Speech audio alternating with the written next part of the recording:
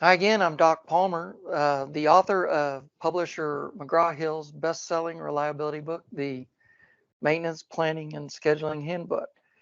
I'd like to share some thoughts that help us discover a truth about the two concepts of planning and scheduling. So this would be planning and scheduling, the two main concepts. I worked for 25 years with an electric company, utility in Florida. And for about 20 years, I was in the maintenance department of the largest power plant. We had already been doing planning and scheduling for 10 years before I got involved, and we just hated it. It was the worst job in the plant. You had to make people be planners. And as soon as they could get out of planning, people scrambled back out of planning.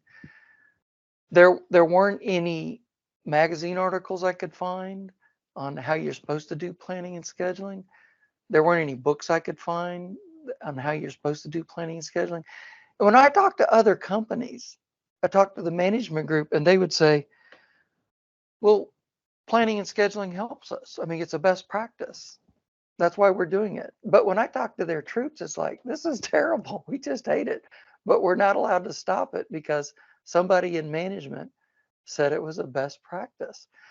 So we were just let to fumble on our own. And we scrambled and fumbled around for a couple of years, and suddenly we hit on two concepts that really made it work. And we drained a huge backlog of outstanding work orders. And in the early 90s, if you're an engineer and you're in maintenance, it's because there's something wrong with you. Doc, what's wrong with you? You have a professional engineering license and you're driving a garbage truck. No, maintenance and operations is where the money is. Long after the engineers have built your facility, you have to produce and accomplish your company mission. And our mission was to provide electricity at a competitive cost. And we have to do that for 20 and 30 years, the life of some of these power plants.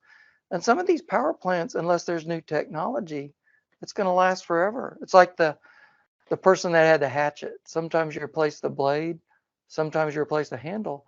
That hatchet's going to last forever. And the money is in maintenance and operations. Well, the two concepts are that we discovered are the world thinks planning is you put people in place to tell these dumb craftspeople how to do their jobs. Now, what's wrong with that concept?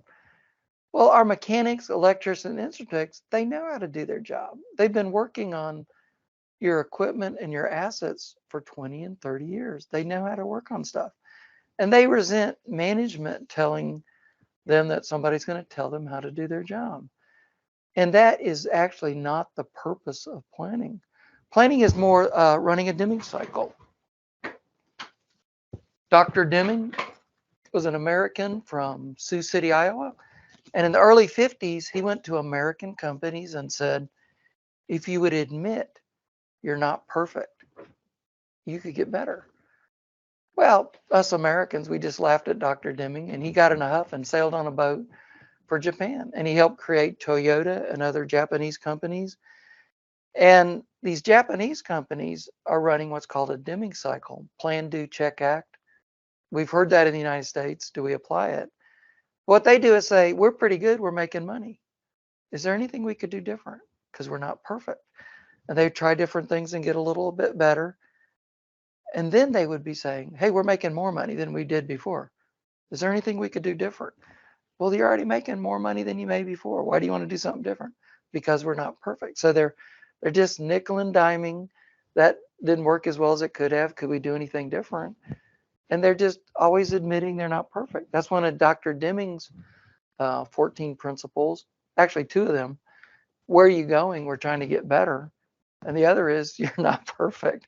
And you're always looking at what you did to get perfect. So that is what we want to do in maintenance planning.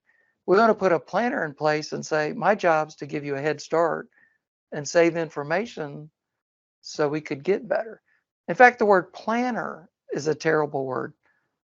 Plan is a terrible word. It sounds like you're telling somebody what to do. A better word would be craft historian. My job as a planner is to give you a head start and save information. If you were a planner, I'd go out to your crafts and say, hey, I went to a class and I found out I'm really not a planner. I'm really a craft historian. Well, what's the difference? Well, my job's really to give you a head start and save information to make things better. We're not telling you what to do. So with that solved, we get better plans. We do the best job we can planning, giving a head start. But the crafts person gives us the information. Well, this time, instead of one gasket, send me with 2 gaskets and a longer ladder, and the job will be safer. We just save that information. The other concept is the purpose of scheduling. Most people think the purpose of scheduling is to complete the schedule. That's not the purpose of scheduling. Another book, Dr. Drucker, a contemporary of Dr. Deming in the 1950s. Dr. Drucker said that 90% of the time, people don't understand the objective of their activity. He's management by objective, the father of that. Stephen Covey updated that in the 1980s. Begin with the end in mind. What are we trying to accomplish here? Most people think the purpose of scheduling is to complete the schedule or to have this nice grid where you know what everybody's doing next week. That's not the purpose of scheduling. The purpose of scheduling is to help us complete more work than we would normally complete. And Parkinson's law is our enemy. Cyril Parkinson, contemporary of Dr. Drucker and Dr. Deming in the 1950s, he came up with a concept that the amount of work assigned expands to fill the amount of time available. If you don't assign enough work, the work you do assign will take longer than it should. So our question in scheduling is, how much work should we assign? We have to fully load schedules and accept that we live in a real world where it's okay to break the schedule. So we simply start a crew off with a batch of work for the week that fills up their hours, a fully loaded schedule, and we accept breaking the schedule. We'll get more work done than we would normally get done. So those are the 2 concepts. We'll flesh those out as we go along here in different YouTube presentations. I've enjoyed being with you. Thanks for being part of my maintenance family, letting me give you my 2 cents. You can see some of my past conference presentations and magazine articles at palmerplanning.com. And thanks again, and God bless.